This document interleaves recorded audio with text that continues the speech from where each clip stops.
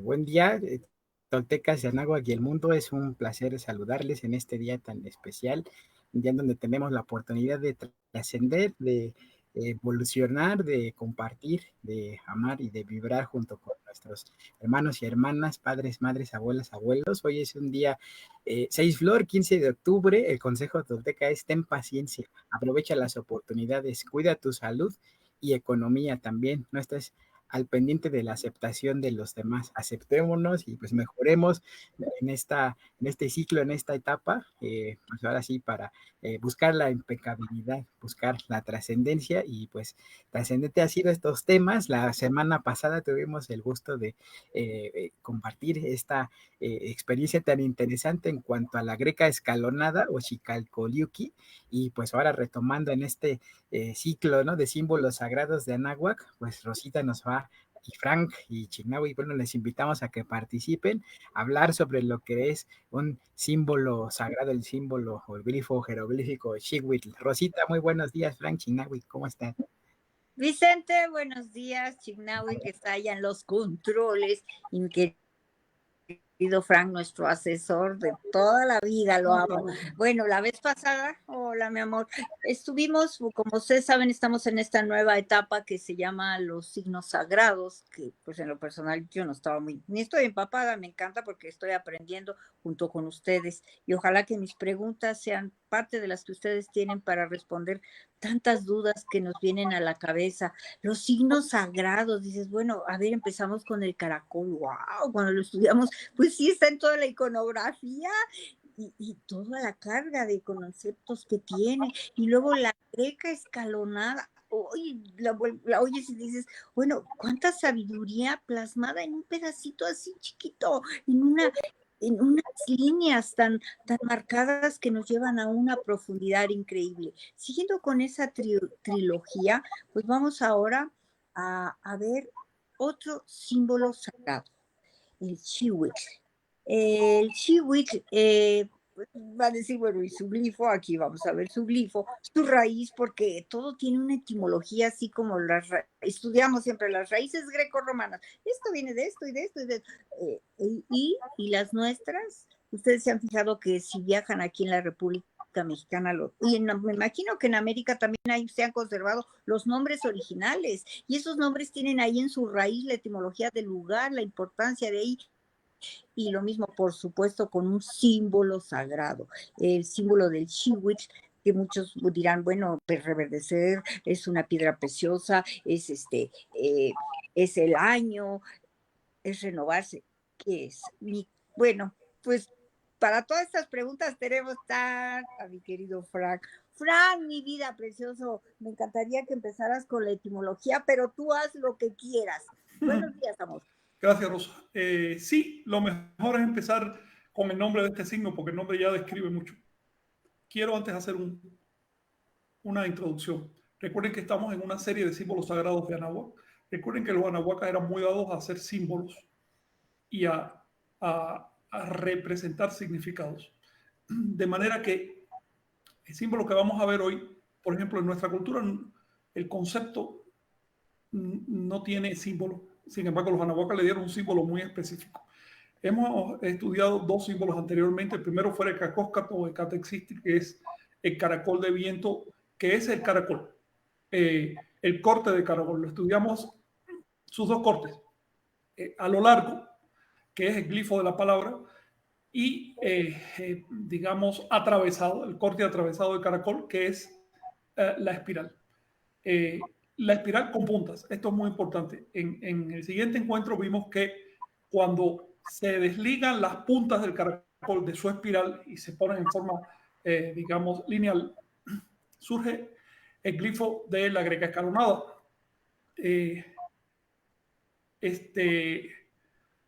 Y que empezamos a entrar en conceptos cada vez más, digamos, sutiles y más esotéricos del pensamiento anahuaca y americano en general. Al estudiar la greca escalonada vimos que aparece, de hecho aparece primero en Perú, que en México, y con tanta profusión y con tanto esplendor. Quiere decir, eran los mismos significados allá y acá. Ahora hoy vamos a estudiar un signo que también está emparentado con el caracol. Recuerden que una de las formas de representar el caracol era como el emblema de los sacerdotes de la serpiente emplumada. Y este emblema se conformaba por, bueno, la espiral al centro y 5 puntas alrededor. Una espiral con 5 puntas. Ya les hablé que esas 5 puntas se disponían de una manera muy especial. Es más, les voy a subir el signo ahora mismo para hacer memoria de esto, porque vale la pena. Chinawi, si tienes por ahí algún glifo de eso, si no lo voy a buscar yo aquí con calma. Sí, el signo de el caracol como emblema de los sacerdotes de la serpiente emplumada. Sí. Incluso el glifo que usamos nosotros tiene algo que ver con lo que estamos hablando, el que usamos ahí en el portal de iglesia. Ah, pues es el signo Chiwit, ese es el signo que sí, claro, el signo Chiwit. Por ejemplo, aquí le mando a Chinawi una imagen que hasta ahí es el signo del caracol, hasta ahí. Pero ustedes van a observar hoy que ya realmente incorpora 2 signos diferentes. Por un lado el caracol y por el otro el glifo Chiwit. A ver cuando Chinawi nos pueda colocar la imagen. Fíjense, les mencioné que el corte de caracol representa básicamente 2 cosas. Su espiral es el tiempo indiferenciado, es el flujo del tiempo sin ningún corte, sin nada. Es decir, el tiempo natural, no el tiempo de calendario. Mientras que las puntas representan el calendario, son los cortes, son los ciclos que se van haciendo en ese flujo indiferenciado. Por supuesto, si tú tienes las puntas y la espiral, tienes entonces el glifo del calendario. Por esto le daba identidad a los sacerdotes de Quetzalcóatl, de Kukulcán, porque Quetzalcóatl o Kukulcán es la deidad anahuaca o es la personificación en Anáhuac del calendario. Sí, gracias, Chinawi. Ahí se ve muy bien cómo la misma espiral del caracol se despliega en puntas, pero observen bien, estas puntas no se ponen como quieran, se ponen con una simetría específica para representar un triángulo con la punta hacia abajo y otro triángulo con la punta hacia arriba. El triángulo que tiene la punta hacia abajo está completo, pero el que tiene la punta hacia arriba está trunco, le falta una punta. Por eso en total son 5 puntas, no 6. De manera que estamos hablando, en este caso ya es otro número de puntas, ya les expliqué que según las puntas es el ciclo que estás analizando. En el caso del triángulo del glifo con 5 puntas, alude, entre otras cosas, al signo de Venus. ¿Ves? Hay otros con 7, con más incluso. Los hay hasta de 4 puntas, que son muy raros, pero aparecen. Pero si nos puede dejar ahí, Chinawi, observen sus 3 elementos. La espiral al centro, puntas alrededor y el número 5. Tiene además otro elemento gráfico. Ustedes se dan cuenta que si nosotros queremos representar una estrella de 5 puntas, ponemos las puntas equidistantes. Pero el artista Anahuaca no las puso equidistantes. Las puso, como les digo, de tal manera que se note claramente que son 2 triángulos cruzados. Esto es muy importante para el glifo que vamos a estudiar hoy, para el signo que vamos a estudiar hoy. Entonces, si quieren, entramos en materia. El signo de hoy se llama Chiwit. Su forma más, digamos, pura es como la primera imagen que le envié a Chinawi, 2 triángulos cruzados, así de simple. Exactamente igual que el grifo que se llama Sri Yantra en la India o que se llama Estrella de Sion en la zona cristiana, en fin, ermita cristiana. Este signo también existe, por supuesto, en América y los nahuas le daban el nombre de Chiwit. La palabra Chiwit viene de la raíz Chiu, que quiere decir color verde o vegetal. Chiwit quiere decir hierba. Como es la hierba, también alude a las estaciones, es decir, al ciclo de crecimiento de la hierba. Y puesto que alude a las estaciones, alude al año, porque las estaciones se repiten una vez al año. Entonces, Chiwit también quiere decir año. Estos son los significados básicos. Pero a partir de ahí, quiere decir ciclo en general. De hecho, cuando se dice año, uno entiende el año de la Tierra, pero los anahuacas aplicaban la palabra año también para hablar del año de Venus, del año de Júpiter, otros, incluso el ciclo de la luna, eso se le llamaba Chiwi. Entonces, cuando veamos este signo de los dos triángulos cruzados, ese es el glifo con que los antiguos hablaban de los ciclos. Es el glifo del calendario. Bien, si nos ponen la siguiente imagen, por favor. Esta anterior creo que viene de Caminar Juyú, la siguiente viene de Copán, si mal no me acuerdo. Es un broche, un sello, algo así. Se usaba obviamente como adorno. Y en él vemos lo que he estado mencionando de una manera todavía más gráfica. Si nos pones la siguiente, cuando puedas, Chinaui. ¿Algún comentario o lo que decir, Rosa? Pues sí, es increíble porque incluso en los inicios de mi carrera me presenté en Televisa y usamos Polo Rojas ese signo, me corrieron de Televisa, me vetaron porque yo estaba usando un símbolo judío y se tuvo que comprobar a través de libros que es un símbolo también anahuac. Qué ignorancia, Dios mío. ¿Cómo permiten a gente con esa ignorancia estar de frente al público, de frente a una pantalla? Está bien. Está bien.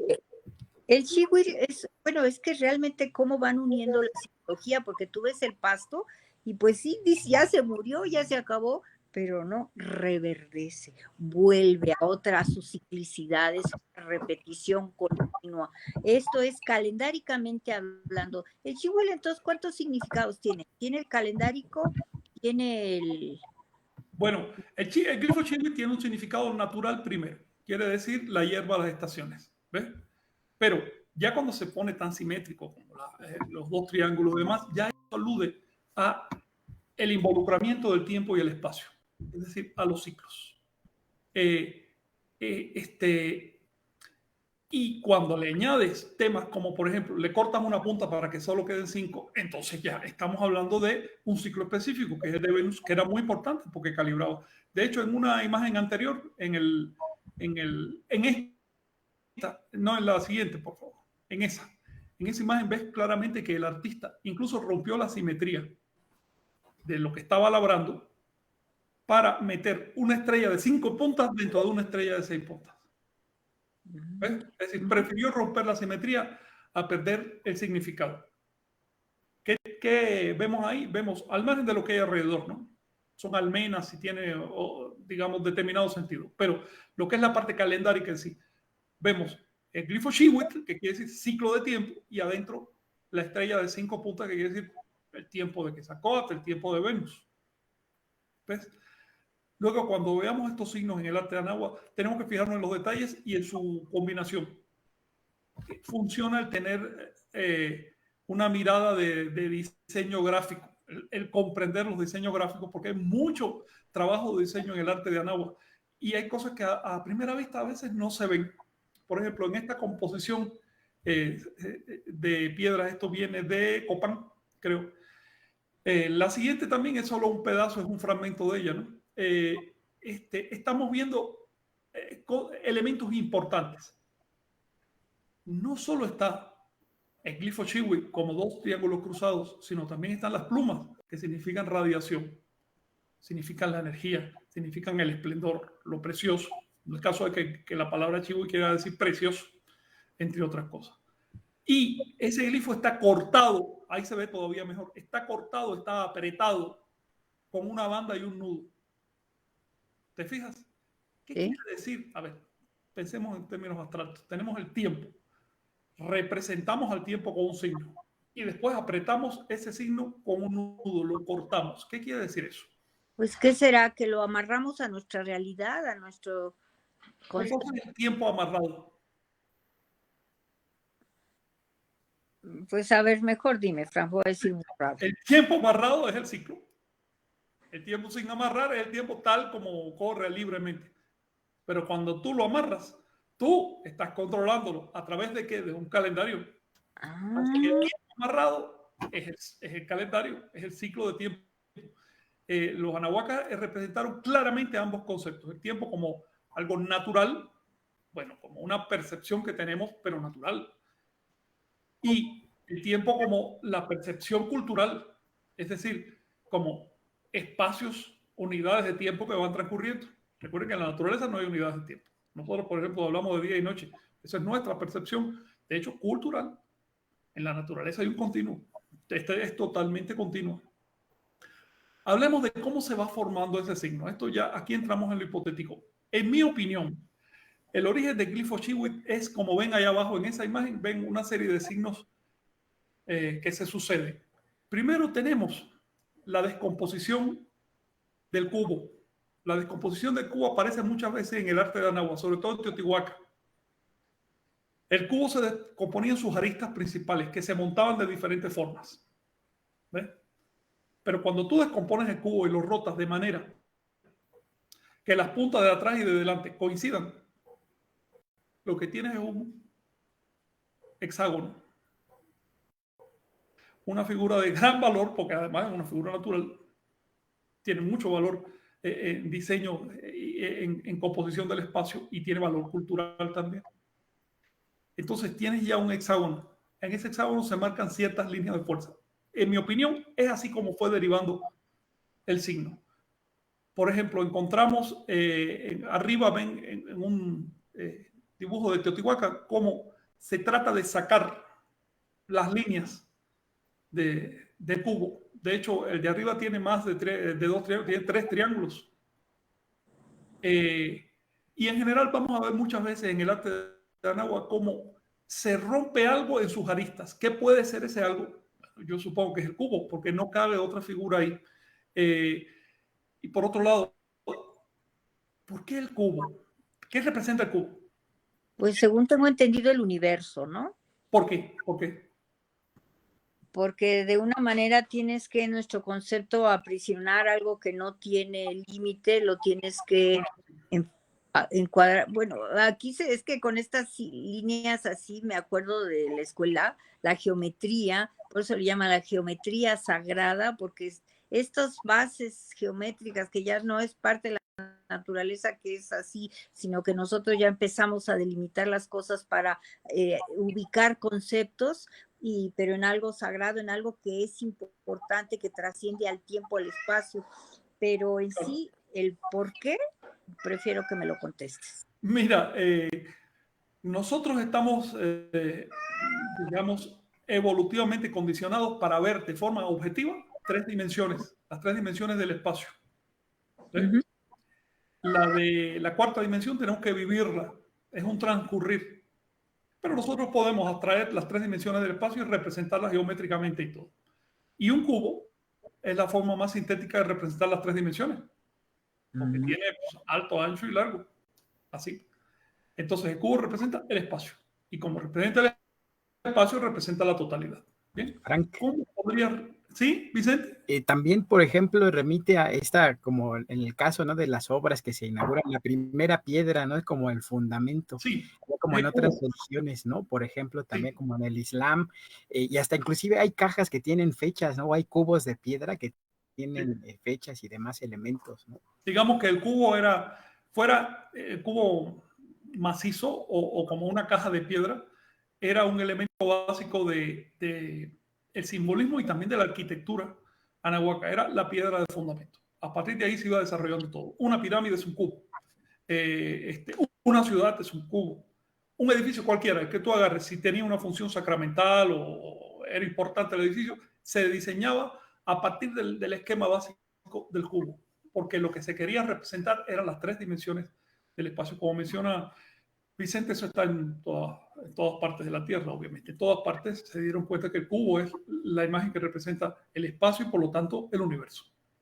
El caso más claro, por ejemplo, yo pienso que es el templo central del Islam, que es un cubo, es un edificio con forma de cubo que no es del Islam, es de una religión muy anterior, y los islámicos lo retomaron y lo adaptaron a sus necesidades. Dicen ellos que es la casa de Abraham. De hecho, es un edificio sabeano, es una religión que competía con el zoroastrismo hace, ¿qué será?, 2000 años. El caso es que quisieron construir ellos su templo central en forma de cubo, y para que quedara claro qué significaba eso, al principio la Kaaba, ese cubo que hay en el centro de la Meca, tenía 360 nichos alrededor y cada uno tenía una estatua que representaba un día del año.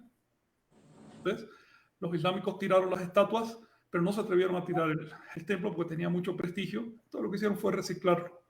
Pero si tú tienes un cubo y tienes el número 360 alrededor, ¿qué estás diciendo? Que el cubo representa el tiempo. ¿Por qué el cubo representa el tiempo? Porque nosotros estamos incapacitados de ver la cuarta dimensión, por lo tanto la aludimos con las otras tres juntas. Así que las tres dimensiones espaciales nos dicen, oye, hay una más, porque yo no podría representar eso si no estuviera dentro de la cuarta dimensión, dentro del tiempo. Así que el tiempo es aludido por el cubo por su ausencia. ¿Ves? El tiempo es una condición dentro del cubo. Ese es el modo como los antiguos encontraron, el modo como representaban cosas que no podemos representarnos tangiblemente, que no tienen nada ni parecido, que no podemos tocarlas, no podemos verlas, como a través de lo que sí podemos ver y que la alude de alguna manera. Cubo significa dimensiones, dimensión por excelencia, el tiempo, porque las demás están integradas en ella.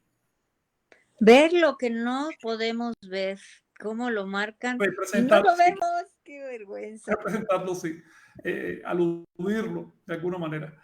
La siguiente imagen, esta, por ejemplo, está muy bien, Shinobu, porque permite ejemplificar algo. Fíjate cómo el cubo, el glifo Chiwi tiene dos componentes que aquí están claramente separados. Por un lado tiene el doble triángulo cruzado y por el otro lado tiene una banda que lo estrecha, que lo ata. Bien, el triángulo se despliega en lo vertical, la banda obviamente ata, amarra en lo horizontal. Así que a través del glifo Chiwi tenemos una cruz. Tenemos el plano horizontal como un nudo, como una atadura, como un enlace. Y el plano vertical como un despliegue. ¿Te fijas, Vicente? Sí, hasta la asociación con el Olin, el movimiento, ¿no? También en eso. Claro, exacto, exacto. Si te fijas, el Olin parte de la horizontal y aspira a la vertical. En el caso del glifo Chiwi tenemos estáticamente representado la vertical y la horizontal. La horizontal como un sentido de contracción, la vertical como un sentido de despliegue. Esto es algo importante en el arte de Anáhuac. Despliegues en lo vertical, para arriba y para abajo. Contracciones en lo horizontal.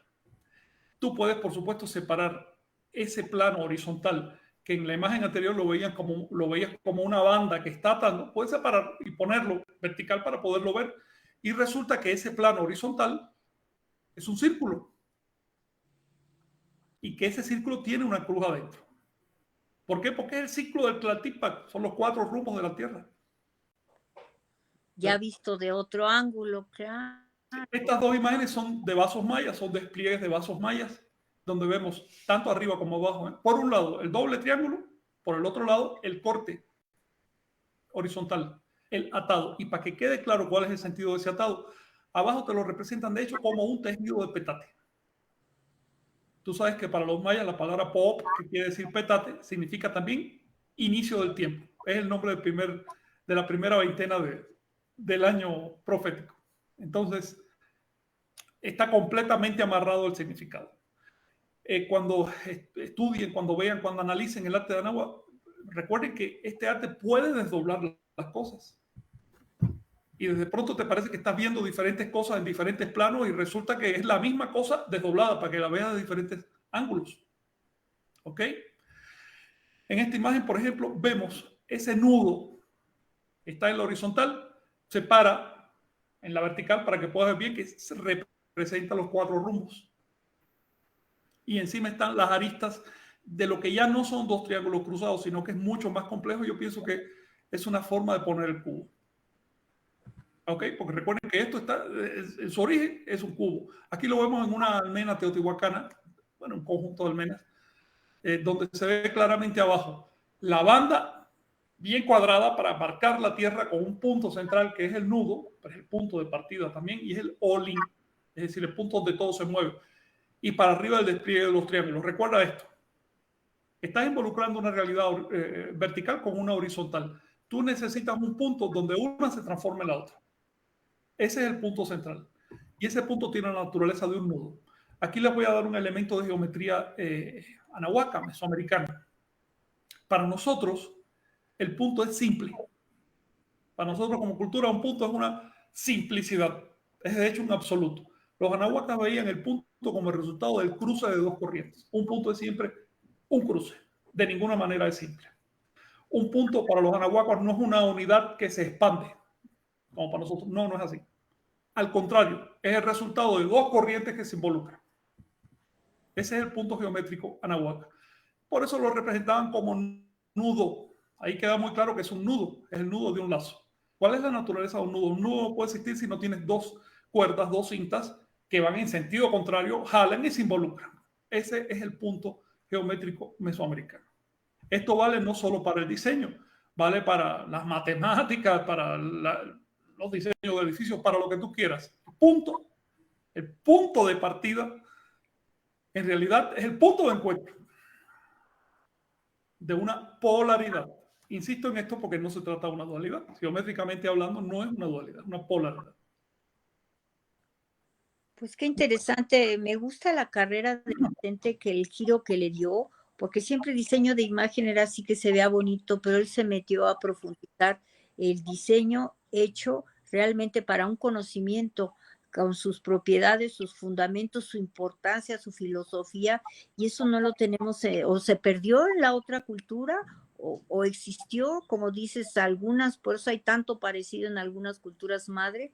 Y pues gracias, Vicente, por retomar realmente en el diseño, y ojalá en tu carrera le abran un espacio muy grande, porque nosotros aquí nuestras culturas de la náhuatl tienen mucha carga de significados. De Sí, hecho, ahora que lo menciona Rosa, y hablándole a Vicente, hace unos días le estaba escribiendo sobre eso, Vicente. De hecho, a través de Universidad Tolteca y del movimiento Tolteca, podemos desplegar mucho estos asuntos. La verdad es que en los estudios formales de diseño o de arqueología y demás, se penetra hasta un punto, pero digamos que no hay tiempo para penetrar más allá, para ir más allá, para ir a especialidades, ¿ves?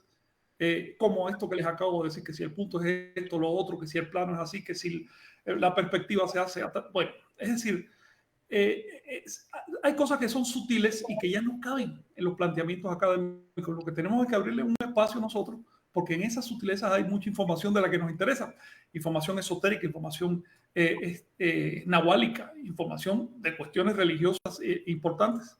Entonces, en este caso, por ejemplo, el glifo que estamos estudiando tiene un montón de información sobre cómo funcionaba el calendario. Si sí, tú y sabes, por también, ejemplo, que, si me permite, si sabes que el punto de partida del símbolo geométrico, del símbolo gráfico, es un nudo, y por lo tanto el entrecruzamiento de dos corrientes, tú agarraste el principio del calendario, que es el tonal, que son dos cosas que se cruzan. Ahí lo tienes. ¿Qué ibas a decir, Vicente? sí, que justo, por ejemplo, con el trabajo de doctor Mauricio Orozpe Enríquez, también durante pues más de 20 años, ¿no? Lleva justamente a la observación y a la práctica en cuanto a los trazos, formas, figuras, ¿no? Que van desde reconstrucciones hasta justamente identificar en los templos estas relaciones, ¿no? Que son muy profundas, y también yo creo que es parte importante en ese aspecto el reconocer el patrimonio gráfico, simbólico, geométrico que tienen nuestras culturas, el cual es muy amplio, muy vasto, y pues como seres y mexicanos, ¿no? Bien colonizados en ese aspecto, pues tenemos una serie de símbolos orientados al cristianismo, al mundo occidental de Europa, que pues nos remite, ¿no? Y por eso, justamente cuando vemos unas piezas como esta, dicen, no, pues esta viene, es un símbolo judío, ¿no? O cristiano, y no, o sea, aquí lo importante es justamente ir hacia lo profundo en ese aspecto, al cómo surgen los trazos, cuáles son las relaciones de proporción y demás. Y pues si hay sección áurea y demás, y hay pi, fi con los griegos, también eso se dio acá en culturas de Anáhuac y del Tahuantinsuyo, lo cual es asombroso, ¿no? Y muchos años antes que en culturas grecolatinas, ¿no? Por ejemplo. Sí, de hecho, Vicente, ahora que lo mencionas, mira, yo me alegro cada vez que veo identidad entre símbolos o ideas de América y del viejo mundo, porque eso nos habla de la unidad humana, nos habla de que en el fondo somos el mismo ser, con variantes locales, culturales. Por eso cuando me dicen, pero si ese es el signo judío, a ver, El signo judío, la estrella de Sion, sale de un verso que hay en la Biblia, en el libro de Cantar de los Cantares. Ese verso describe el signo y a partir de ahí se elabora como signo. Ese libro fue escrito 3-4 siglos antes de Cristo. Por su estilo se nota claramente. Para entonces ya los hindúes llevaban miles de años representando ese signo. Y los anahuacas no te pueden imaginar. Entonces, pongamos las cosas en la perspectiva correcta. El hecho de que esté en todas partes de la Tierra nos habla de la identidad fundamental del ser humano, pero también hay una historia y esa historia hay que reconocerla. Este signo se puede decir con más propiedad que es anahuaca o que es hindú, porque aparece antes y porque tiene una función cultural mucho más importante. De hecho, el signo del doble triángulo cruzado, donde más se usó fue en Anahuac. Aparece en todas partes. ¿Por qué? Porque tenía una función central. En otras culturas el calendario era algo secundario. En Anahuac era central, era el centro mismo de la cosmovisión.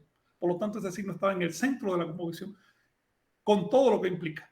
Recuerden que cuando ustedes tienen un triángulo es la representación mínima de qué. ¿De qué representa un triángulo? Vicente, tú que sabes de diseño, a ver. Si es dinamismo, es también el fuego, se representa también como el enfoque, ¿no? En ese aspecto. ¿Y no serán las dimensiones? ¿Sí? ¿Qué? ¿No serán las 3 dimensiones? Que nada más ahí hay 3. Bueno, no hay... las 3 dimensiones. Representa el número 3. Se lo puede aplicar a las dimensiones o lo que quieras. El número 3. Fíjate qué sencillo. ¿Y qué representa el número 3? Bueno, con el 1 tenemos la unidad, es decir, todo. Con el 2 tenemos la polaridad, es decir, todo. ¿Pero qué tenemos con el 3? La creación. La creación, las cosas concretas, lo que resulta. Vamos al caso de tienes, por un lado, la mamá, pero necesitas del papá y no puede ser ni mamá ni papá si no tiene un hijo. Por lo tanto, el 3 es el que los hace mamá y papá. Fíjate tú. Y así con todo.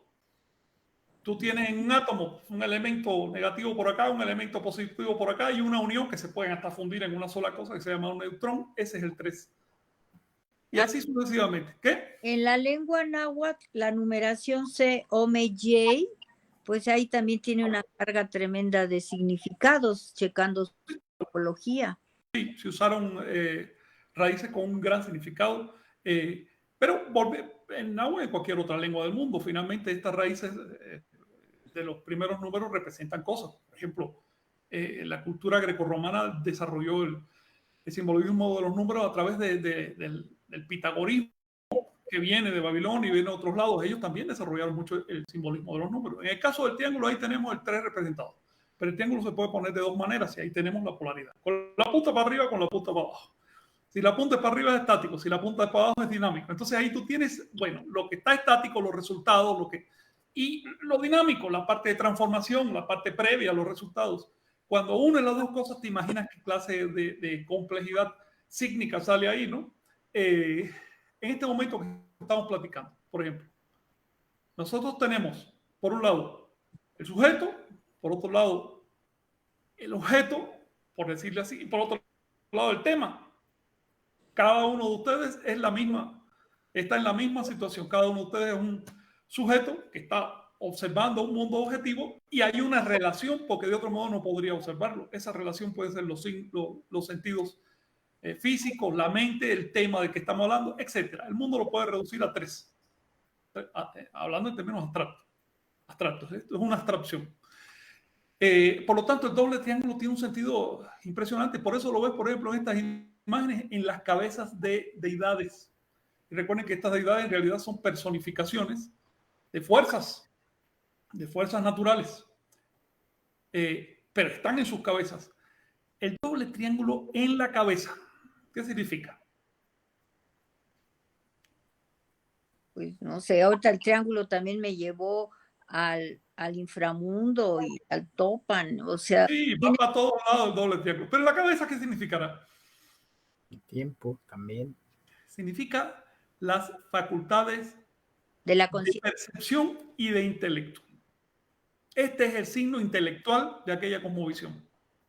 Este signo es el que representa la inteligencia. ¿Por qué? Porque se requiere inteligencia para entender el calendario.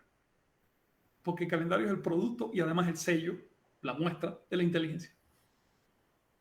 Luego, este signo representa facultades intelectuales y además facultades de percepción en general. Pero no es casual que se ubique en las cabezas a modo de cerebro.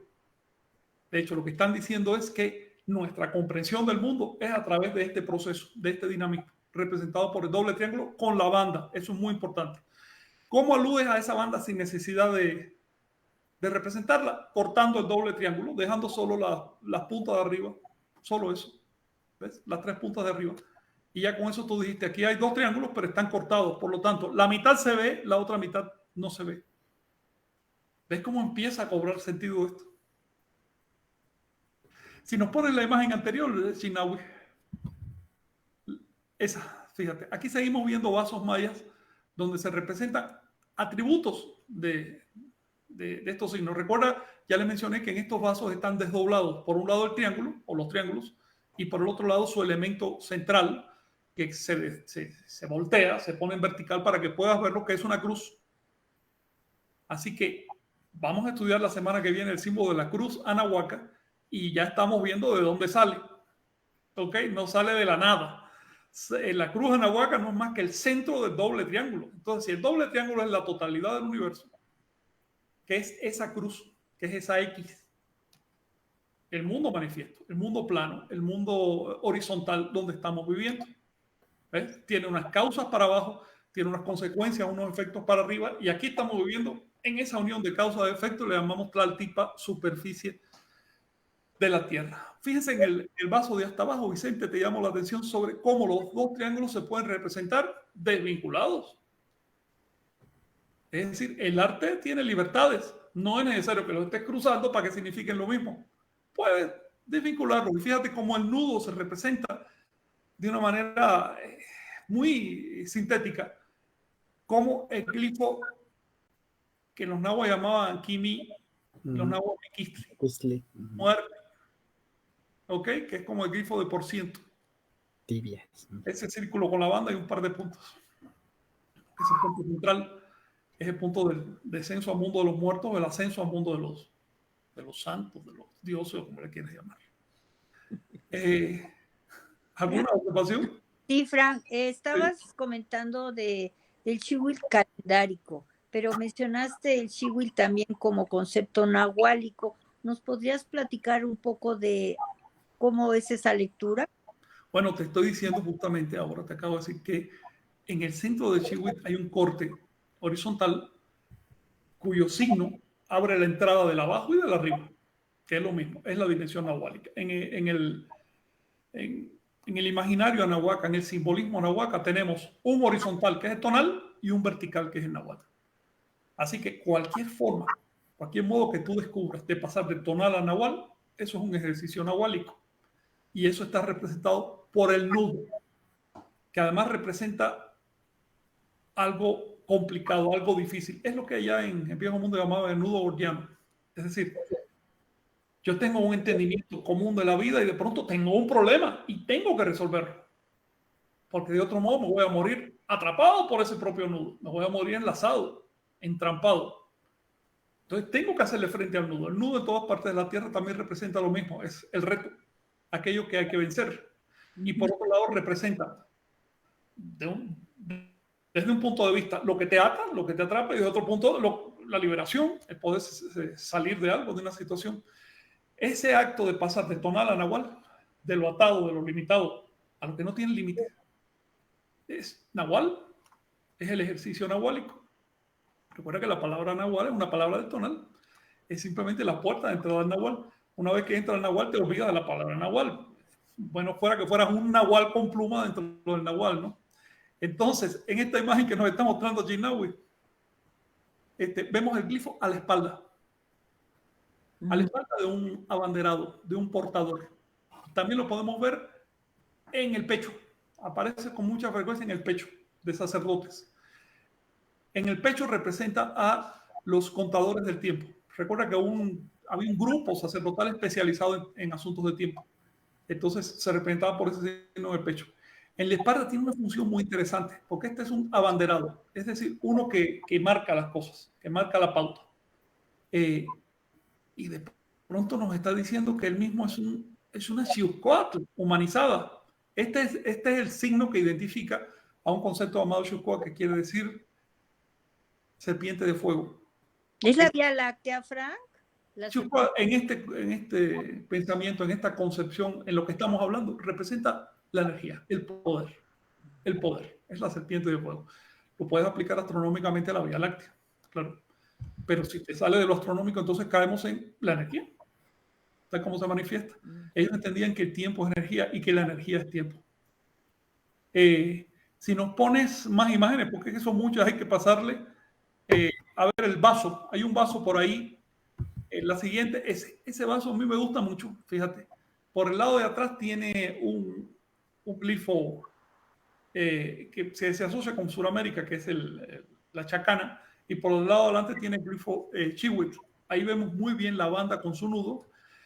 Y fíjate que la banda se convierte en el tocado de una entidad no humana, porque ese no es un rostro humano, pero es un cúmulo de elementos que se humanizan para dar una imagen que podamos reconocer.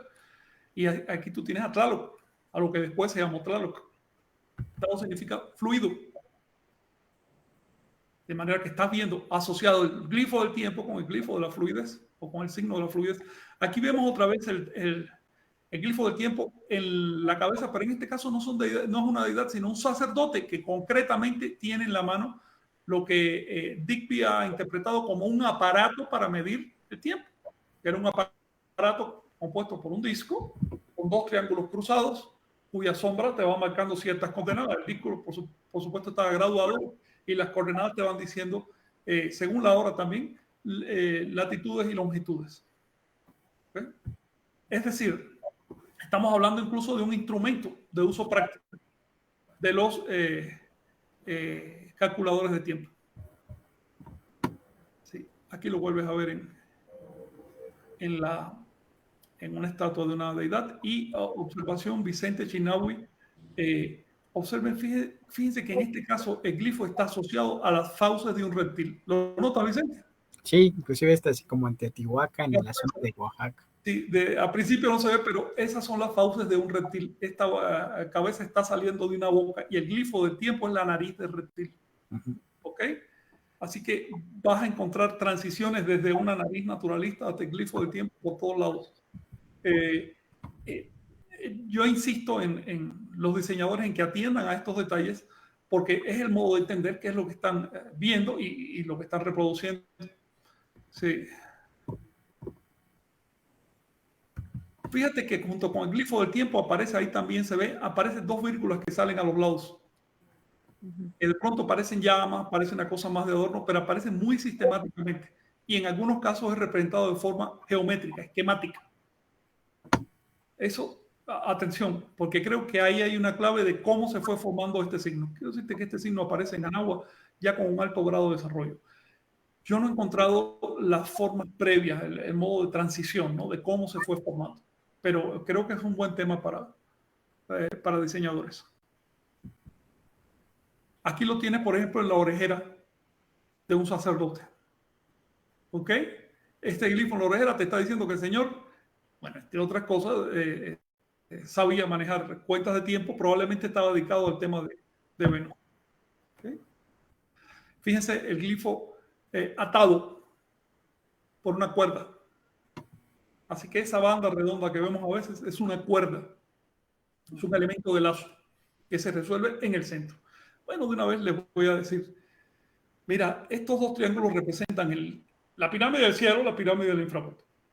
Uno se las imagina esquemáticamente como una para arriba, una para abajo. En realidad están cruzadas. Están en el mismo espacio, porque el espacio es uno. Y a su alrededor están los 20 signos. Cuando tú unes los 7 pisos de arriba, los 5 pisos de abajo, las 3 escalones, con los 9 escalones, y los sintetizas, ahí tienen los 20 signos del calendario. Así que los 20 signos no solo aparecen en el corte horizontal, como la distribución de los 4 rumbos, ya saben que hay 5 signos por rumbo, sino también el corte vertical. Por eso es que a la retícula completa se le llamaba Sensomamatla, es decir, los 400 rombos o los 400 escalones del 20 por 20. Pero es un tema más complejo que a lo mejor podemos estudiar un día en clase de calendárica. Si quieren decir algo. pues admirados de que, en lo personal, de que tantas cosas que vemos sin ver por ignorancia, porque no se nos ha enseñado, porque da flojera las matemáticas, dicen que flojera, y aquí está incluido matemáticas, nahuálica, cosmos, eh, naturaleza. Dices, bueno, ¿cómo sintetizaron todo en una manera tan armónica y tan detallada, tan chiquita, para marcarlo grandote? Fíjate que en este vaso que nos está mostrando Shinawi hay algo muy interesante. Esto es un ejercicio, está muy bueno para una clase, de hecho, Vicente. En este vaso encontramos que el propio vaso es el signo. El vaso como un todo es el signo, si te fijas. ¿Ok? La tapa representa el plano horizontal. Por eso tiene una organización cuadrangular. Mientras que la alzada del vaso, es decir, lo vertical del vaso, representa el despliegue. Por eso tiene una organización triangular. Aquí lo vemos con mucha claridad. Y esta organización triangular tiene dos caras, tiene dos polos. ¿Estás viendo? ¿Qué no puedes decir de eso, Vicente? A ver, tú que tienes educación visual. Pues sí, bueno, en este aspecto, bueno, identificar que es pieza teotihuacana por la forma, y les gustaba también estas vasijas trípodes o con tres patitas. Y pues bueno, a los símbolos que iban desde los caracoles hasta también entidades, ¿no? Como pumas, jaguares, etcétera, los acostumbraban representar con estos tocados. Así como que puestos de frente, ¿no? No sé, sino que traídos hacia un solo plano, ¿no? Los laterales, izquierda y derecha, se traen de manera frontal, y es lo que identificamos en la parte superior, ¿no? Donde está esta representación, vemos los triángulos también, como si fuera una montaña, ¿no? Como cuando hacemos esos ejercicios del cubo, ¿no? Despedazas uno de estos recipientes de leche o de jugo, ¿no? Entonces, Sí, se abre y en el centro pues, nos muestra este elemento que también tiene esta distribución en cuanto a las líneas, ¿no? Una sigue de línea vertical, horizontal y así va en esta secuencia, hasta inclusive con este énfasis de la, bueno, elementos de la circunferencia, ¿no? Interior. Eh, ese por un lado y detrás también esta representación muy interesante que hay como entre lo que son a las laterales parecieran plumas y en el interior hasta estas telarañas, ¿no? Como si fuera esta tzitzil sí, sí, eso está tremendo. Esa amorosa. telaraña está muy buena. De hecho, es influencia o, digamos, es lo mismo quizás de lo que se hacía en Norteamérica. Fíjate que el vaso en sí es un cubo, Uh-huh. es un volumen contenido, definido, con un plano y una alzada. Eso es importante, un plano y una alzada. Así que es un cubo reducido a dos dimensiones, plano y alzada. Por un lado. Vamos a empezar por el gollete hasta arriba. El gollete, por supuesto, está en la vertical y ahí encontramos ya el doble triángulo cruzado.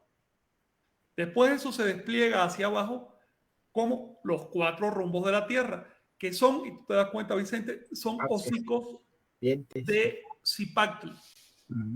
Son hocicos de dragón. Y esto es fundamental, no de cocodrilos. El cocodrilo no representa al universo. El que representa al universo es ese ser que crearon los antiguos, un ser imaginario, que une el reptil, las plumas, con el fuego, con el aire. ¿Por qué? Porque representa el universo. Es decir, los cuatro grandes estados de agregación de la materia, eso es el Zipactli, eso es el dragón, se le llama en español. Y está representado en esos hocicos que vemos arriba, hocicos muy esquemáticos, pero esos triángulos son dientes, de hecho. Okay. Lo sabemos porque eso se desarrolla en otros dibujos. Dime. Es que es muy interesante como mencionas, y quiero que se lo menciones a los que nos están oyendo, esos grados de la energía que están ahí marcados, que los mencionas muy rápido. ¿Se los puedes especificar cómo es la energía compacta y cómo se va? Tierra, agua, viento, fuego. Bueno, a ver, un dragón, Lunk le llamaban los chinos, Zipac le llamaban los anahuacas, y Mish, los mayas. O también le llamaban Zipacna. Representa, en primer lugar, es un reptil. ¿Qué quiere decir la tierra? Bien, pero es un reptil acuático. Representa la tierra con agua, es decir, el fango original. Pero tiene plumas y alas. Vuela. Es el aire, porque la tierra va por el aire figurado del espacio. ¿Ves?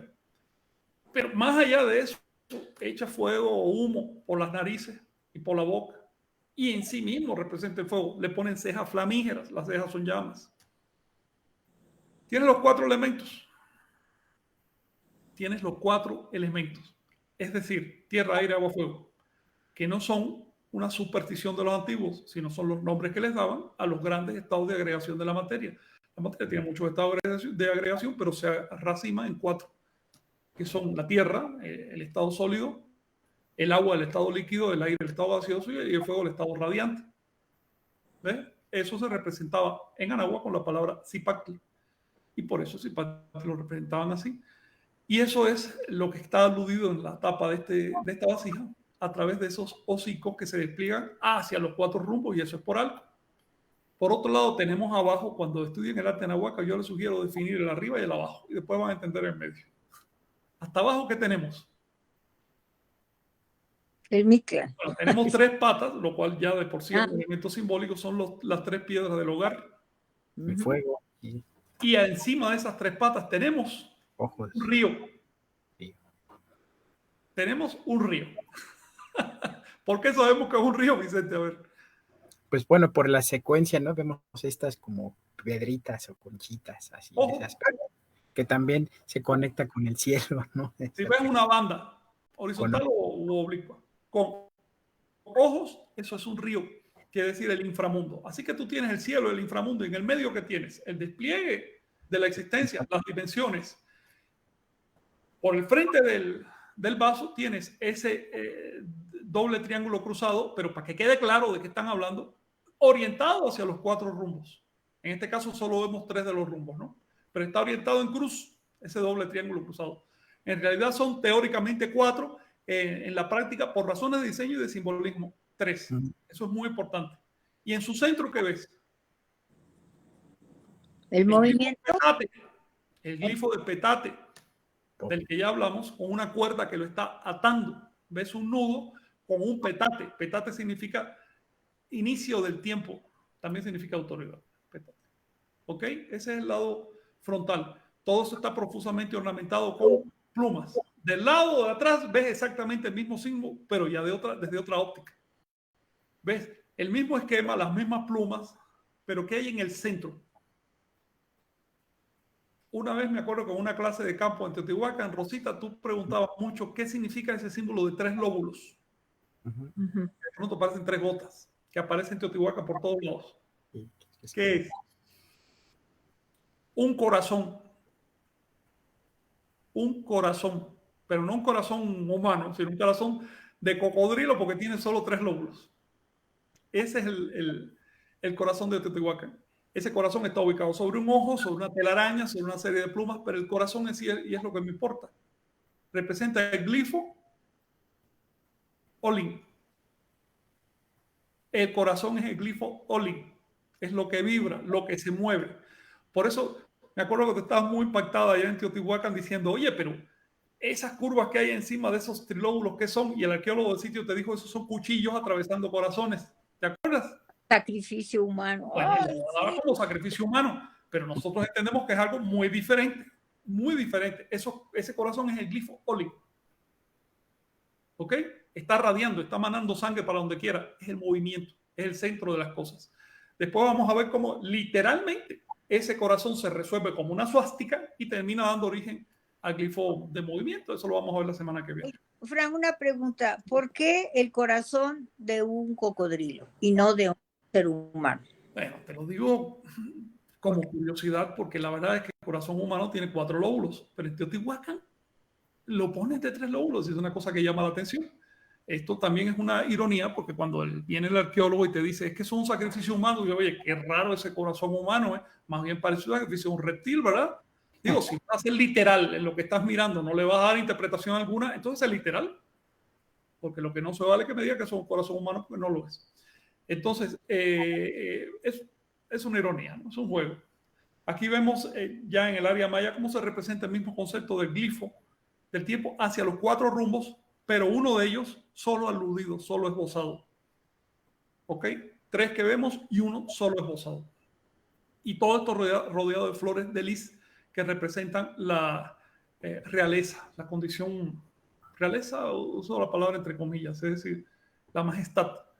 Y por supuesto atado con una cuerda. Y esa cuerda está formada por glifos Olin. ¿Por qué se asocia el glifo Olin a ese nudo? Porque el glifo Olin literalmente es un nudo. ¿Ves?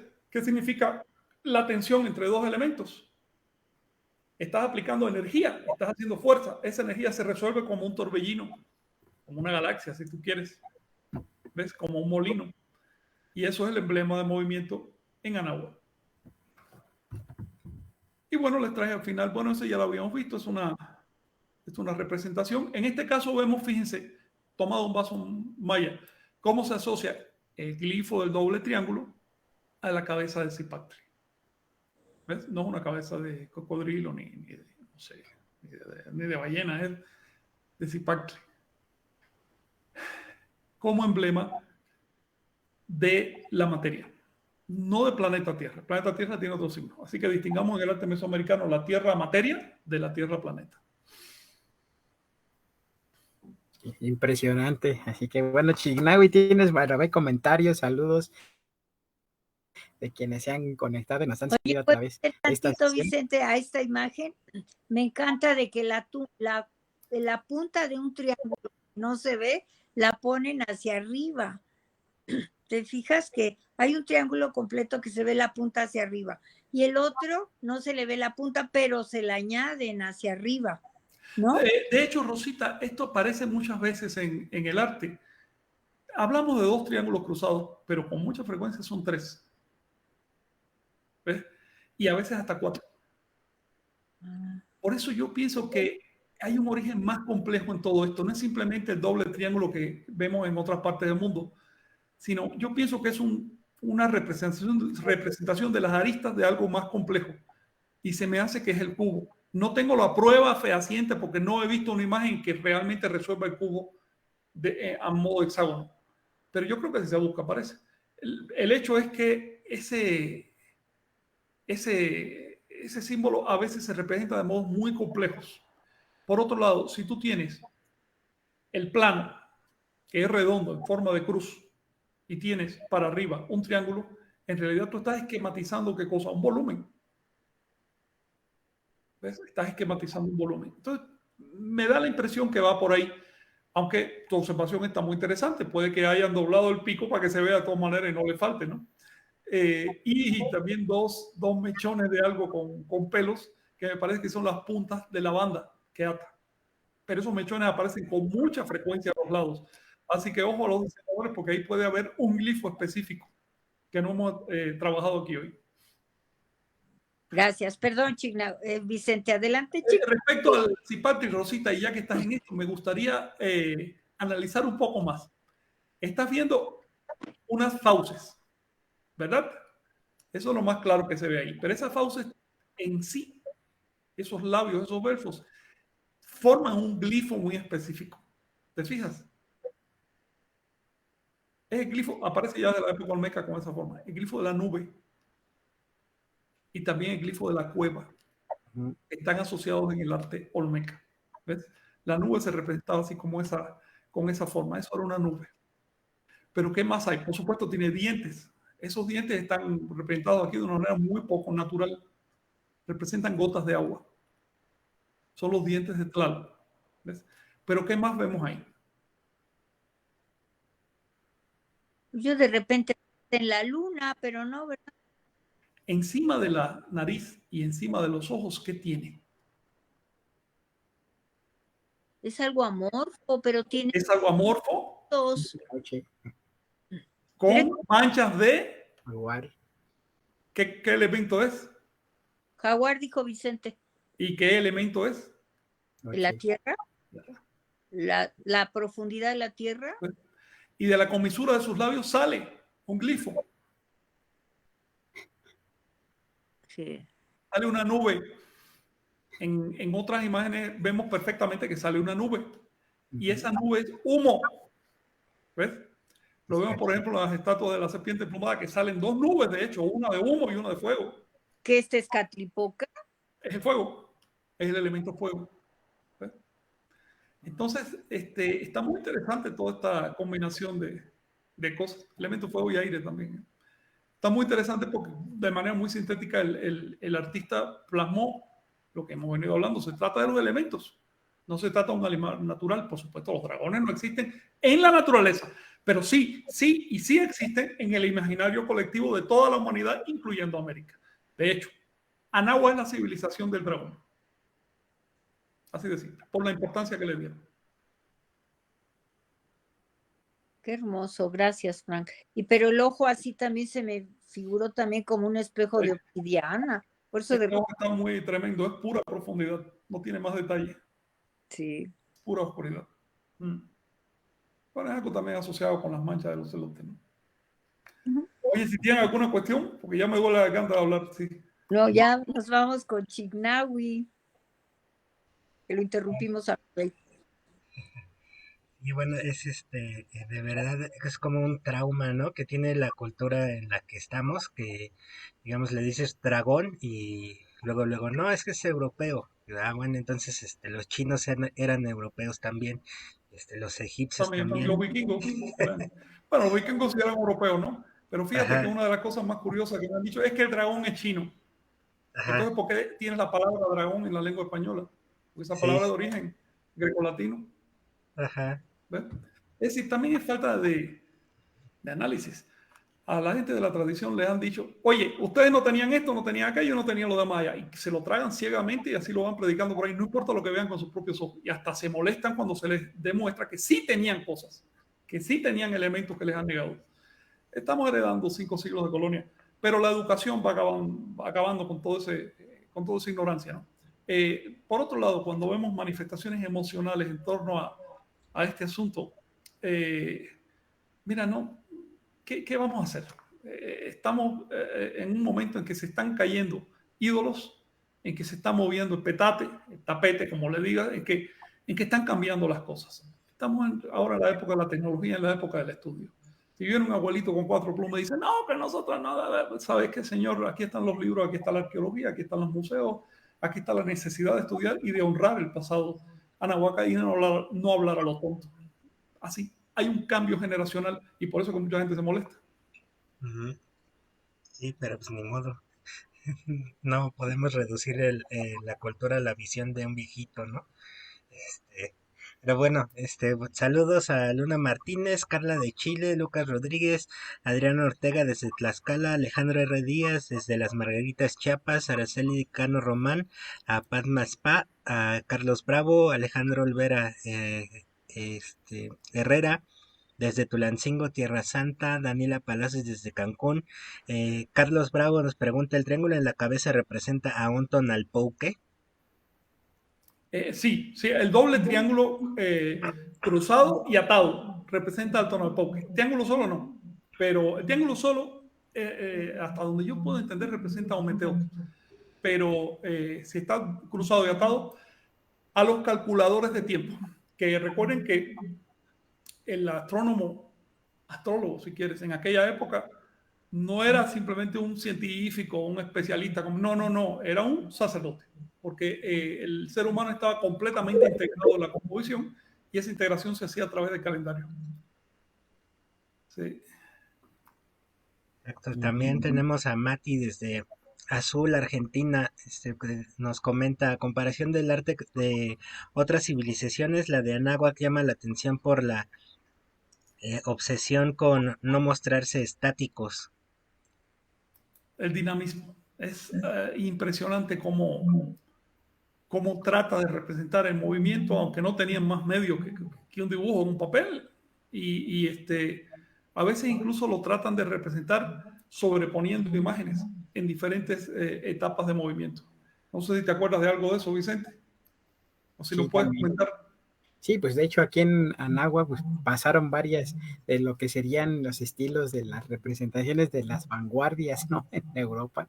O sea, hay desde elementos de representación cubista, abstracta, figura, ¿no? Hay una cantidad de elementos que asombran, ¿no? Así que, bueno, de ahí que tengamos que hacer un estudio de nuestras culturas originarias y pues disfrutar de su arte, ¿no? También compartiendo piezas como estas, las cuales son también muy importantes en este aspecto. Así que un abrazo para ti, Mati, también Juan Manuel Luna, Natalia Aguilar, Carlos Bravo, Yves Suisic también, y bueno, también nos comenta en este aspecto, por ejemplo, Carlos Bravo, ¿no? Que sería una experiencia distinta ir a los sitios arqueológicos y ver los signos que estamos estudiando, ¿no? También ir con estas herramientas que van a permitir, pues, que son fundamentales para las clases y ampliar nuestra visión tolteca, ¿no? Sí, tener un de hecho, contacto. Oye, creo que ando desfasado ahora, ¿no? No, escucha. Si me permite, sobre lo que sepa Carlos, háganlo como ejercicio. Vayan a los sitios específicamente para buscar signos y buscar letras, o como le quieras llamar. Háganlo como ejercicio porque vale la pena. Se abren de nuevo los sitios. Empiezas a descubrir cosas que a veces ni los arqueólogos habían visto. Y sobre lo que comentaba Mati, ahí te le ve Chignahui una imagen donde se ve hasta qué punto le daban importancia a los anahuacas al movimiento. Es decir, en un vaso, bueno, más plano no puede ser, más inerte no puede ser esa superficie. Y sin embargo, en ese dibujo que te envié, Chignahui, estamos viendo como un danzante está haciendo un movimiento en que se ve cómo mueve el pie, cómo desplaza el pie. Así que si nos puedes poner esa imagen, te la voy a agradecer muchísimo. Ahora, hablamos nosotros de movimiento, pero hasta cierto punto es un sesgo cultural. Cuando los nahuacas decían, por ejemplo, los nahuas decían movimiento con la palabra oli, en realidad estaban hablando también de un signo de calendario, el signo número 17 de la veintena, que no por casualidad es Nahu y Oli, es decir, 4 movimientos. Es decir, cuando los anahuacas decían movimiento, se estaban imaginando un movimiento espacial, un movimiento astronómico incluso. Se estaban imaginando un calendario, se estaban imaginando un sistema de medida del tiempo, porque por supuesto el movimiento no es más que desplazamiento en el tiempo.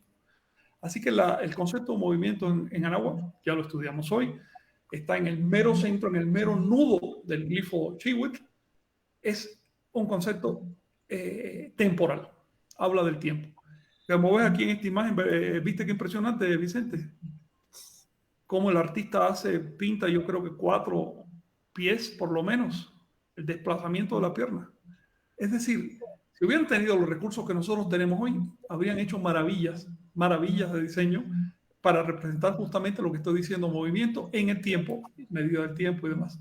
Lo hicieron con lo que tuvieron y hoy nos toca a nosotros descifrar todo eso. Sí, asombroso. Chignahui, nos habíamos quedado acá con Carlos Bravo, también nos mandan saludos desde Canadá, ¿verdad? Exacto, y también Lucas Rodríguez nos pregunta, ¿a qué edad se obtenía este conocimiento o ya formaba parte de la vida cotidiana? Lucas, esa es una interesante pregunta.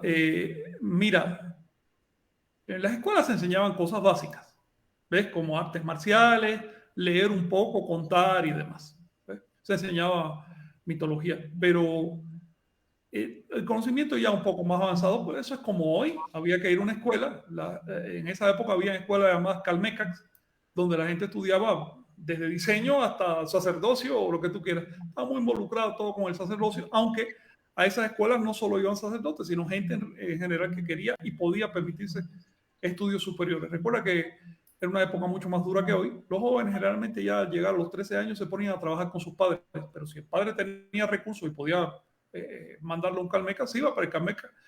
Por lo general, los niños, los hijos menores de la familia se hacían sacerdotes, otros iban nomás para aprender.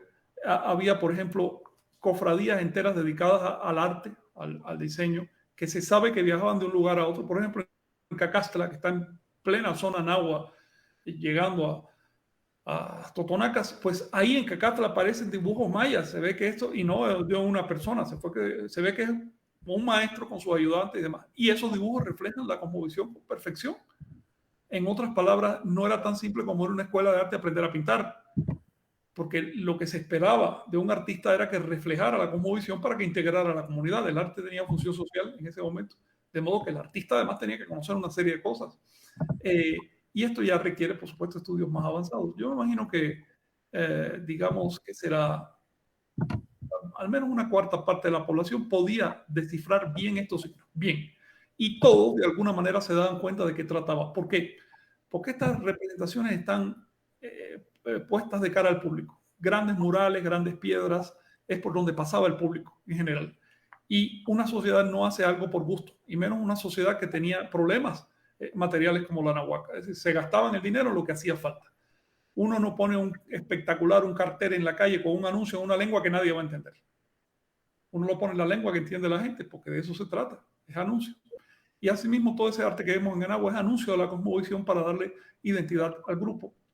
Entonces, igual que, a ver, ya que tú mencionas esto, hay una discusión famosa de si la gente sabía leer o no. Bueno, los cronistas dijeron que sí, que sabían leer.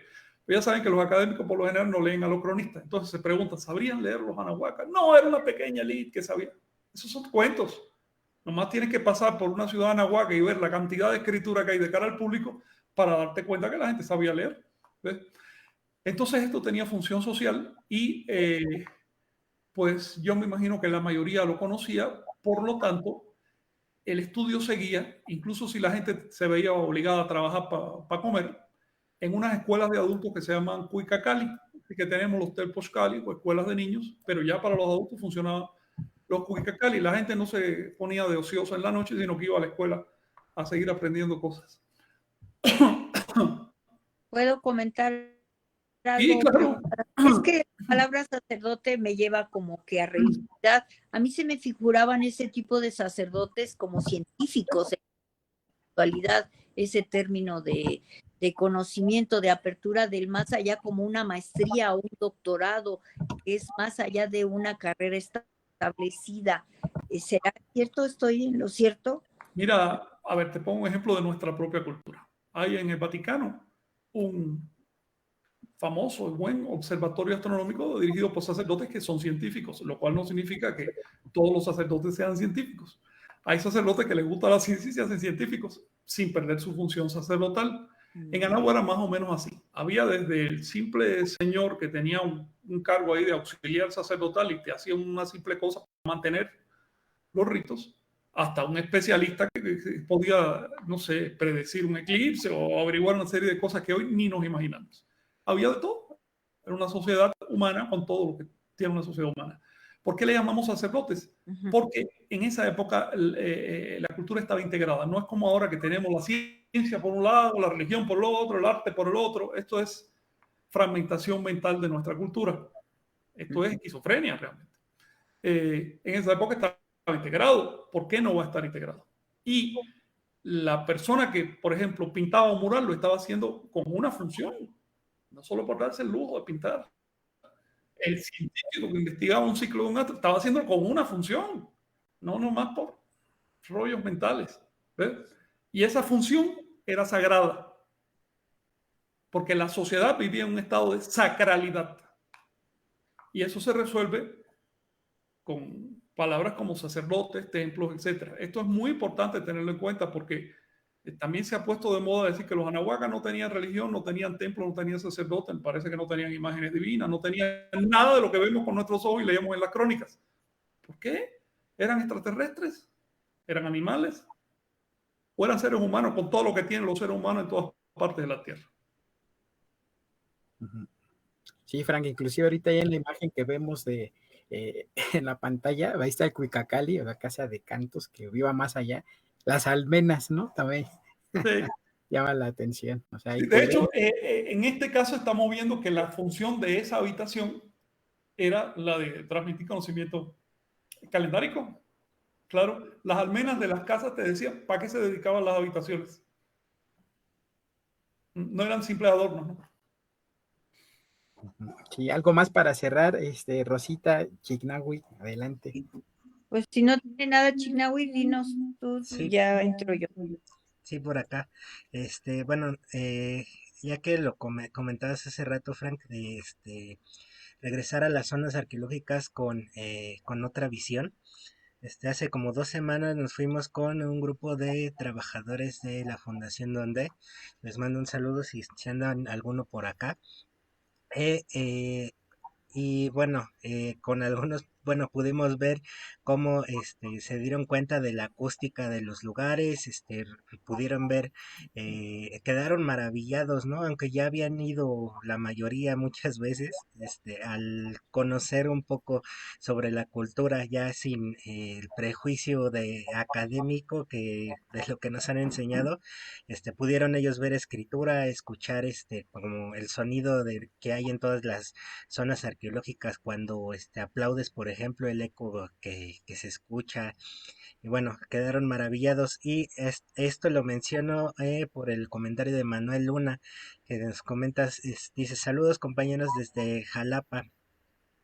Aquí pendientes. Acá los arqueólogos olmequistas no se atreven a hacer asociaciones culturales entre los grupos mesoamericanos y mucho menos con el resto del mundo. Bueno, este es un problema muy grave, ¿no? Que tenemos con el grupo académico, porque, eh, digamos, se cierran y no permiten conocer otro tipo de simbolismos como nos has explicado en todo este programa, Frank. Chinawi, si me permites una observación ahí, mira, ah, discúlpeme, pero la verdad es que el gremio académico cada vez está más especializado y es menos universitario, es decir, menos amplio. Y es muy cómodo esconderse tras una actitud conservadora de no, yo no hago comparaciones, yo me quedo aquí nomás para disimular la ignorancia. Así de simple. Sí, por supuesto, hay académicos que no se atreven a hacer ninguna comparación porque si la hacen van a cometer disparates, entonces prefieren quedarse callados, pero hay otros que tienen una gran cultura y sí pueden hacerlo. Entonces, pues hay que ver que hay de todo en este mundo. A aquellos que no se atreven a ir más allá de lo que les marca la punta de la nariz, yo les recomiendo que estudien en el sentido auténtico de una universidad, es decir, conocimientos universales, porque solo en la comparación puedes entender plenamente a Anáhuac. Si te quedas mirando nomás a Anáhuac, no vas a ver el dato que estás viendo ahí. Los que han estudiado pintura saben esto. Si el universo fuera azul, nosotros no tendríamos una palabra para decir azul. ¿Verdad, Vicente? Claro. Simplemente no lo comprenderíamos. No tendríamos un contraste. El contraste, la comparación es lo que nos permite entender las cosas.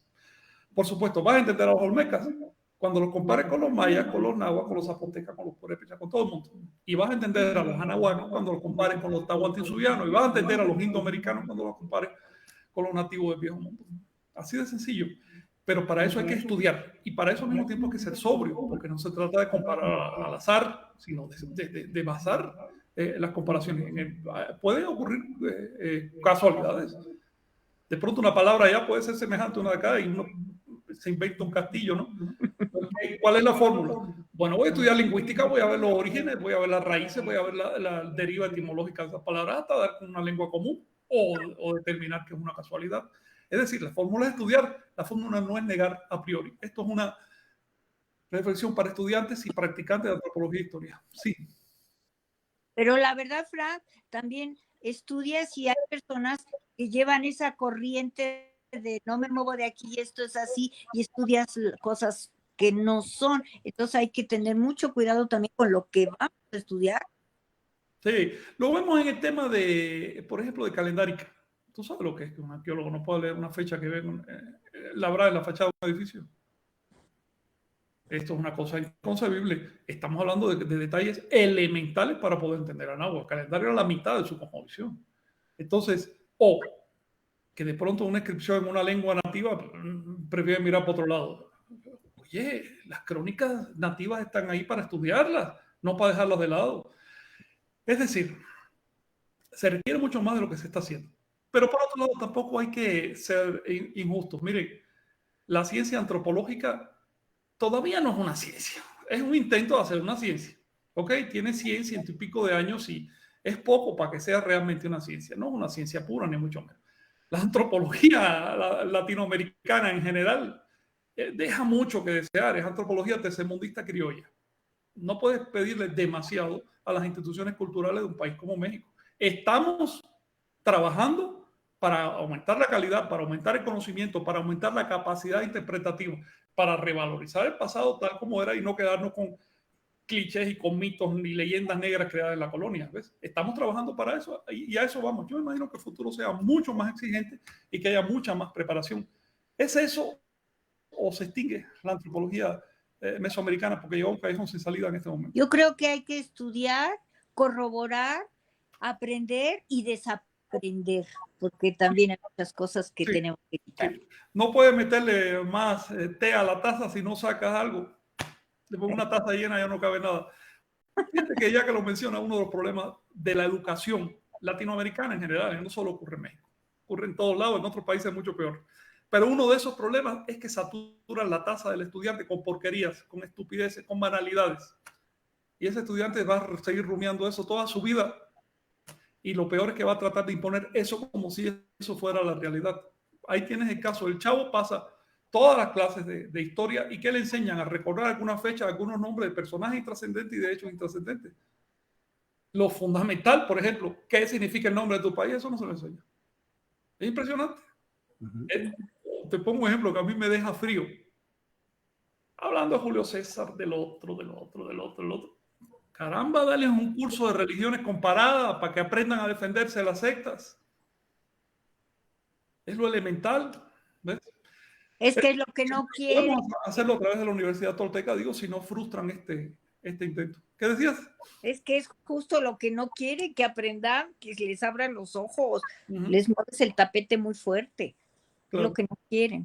Bueno, poco a poco, el que quiera, cuando el alumno está listo, el maestro llega. Así de que si ustedes consideran que ya están listos, pues hay muchas maneras de que les llegue ese conocimiento que están buscando. El conocimiento llega a todos lados, el conocimiento del maestro. Sí. Pues vamos a cerrar la sesión de hoy, así que Chignahui, ¿algo más o ya nos vamos? Sí, gracias a todos por haber estado con nosotros. Pues muchas gracias, Rosita, Frank. Oye, amor, ¿qué vamos a ver el próximo programa? El próximo programa quiero estudiar el centro del glifo que estudiamos hoy, es decir, el signo Olin en todos sus despliegues, como cruz de 5 puntas, como cruz normal de la que conocen, como suástica, en fin, todo el desarrollo de la cruz, de lo que se cruza en el diseño mesoamericano. Eso es fundamental para salir de equívocos, como por ejemplo de dónde llegaron las cruces mayas y todo ese tipo de cosas, ¿no? Muy bien. Pues muchas gracias a todos. Gracias, gracias por estar y por ayudarnos a seguir en la búsqueda y el rescate de nuestra gran cultura, también a través de la lengua y el conocimiento. Los quiero, la Buchot. Gracias, Frank. Adiós. Vicente, Chignahui. Hasta pronto.